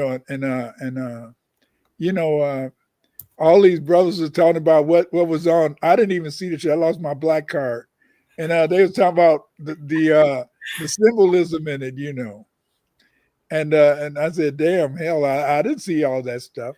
But then you don't see everything. You don't know everything. And that's wonderful. It's wonderful not to see and know everything, because it gives you something to learn.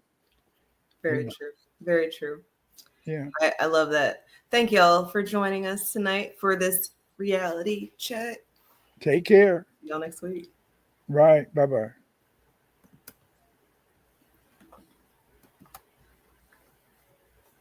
Our identity and our culture as Black foundational Americans. Yes.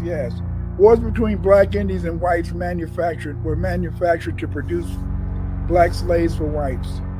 The English, the French, and the Dutch provided the Native Americans with guns, rum, and cheap goods to purchase Native American Indian slaves. Between 1670 and 1720, many Black Native Americans were enslaved. The Black Native Americans were sold into slavery throughout the 13 colonies, Mississippi Valley, Canada, and the British West Indies. The majority of Black Native Americans sold into slavery by whites and Indians. Slave traders were the Choctaw, the Yamasee, and other Carolina tribes. Yes. Many of these tribes, like the Mandi, Mandinga, many of these tribes, we lost their names. And their names have been lost to history because of the fact, in the sense that when the European came, as he conquered these Black Indians, he just made them slaves. And so over time, in a sense, their nations disappeared. Over time, in a sense, their history wasn't recorded. Over time, they've even able to to deny that Aboriginal blacks even existed in America. They wanted to give our Aboriginal ancestors gifts. And the only problem with the gifts that they gave us was that often these blankets that they gave us carried smallpox, yes, diseases. They also, in a sense, gave us another gift, rum, fire water. And this rum caused an addiction among us. And in a sense, it led to a demand for guns because it incentivized Indian slave trading. Yes, the first slaves sold in America were Indians, black Indians, selling other black Indians to Europeans to work on their cotton, not on their cotton plantations, their tobacco plantations, their rice plantations. Yes. We sold each other over here, just like in Africa, because of the fact that we failed to understand that we are one. We should be united based upon our identity and our culture as black foundational Americans. Yes. Reparations, baby, reparations. We deserve reparations. We deserve reparations like yesterday, not just today. No, not just today. We deserve our reparations. Give us our money, baby. Cut the check. Cut the check, black first because it's brilliant. People talk too much. Say less, remain on cold, follow the spirit. When the going gets tough, it's time for resilience. Cut the check, black first because it's brilliant. People talk too much. Say less, remain on cold, follow the spirit. When the going gets tough, it's time for.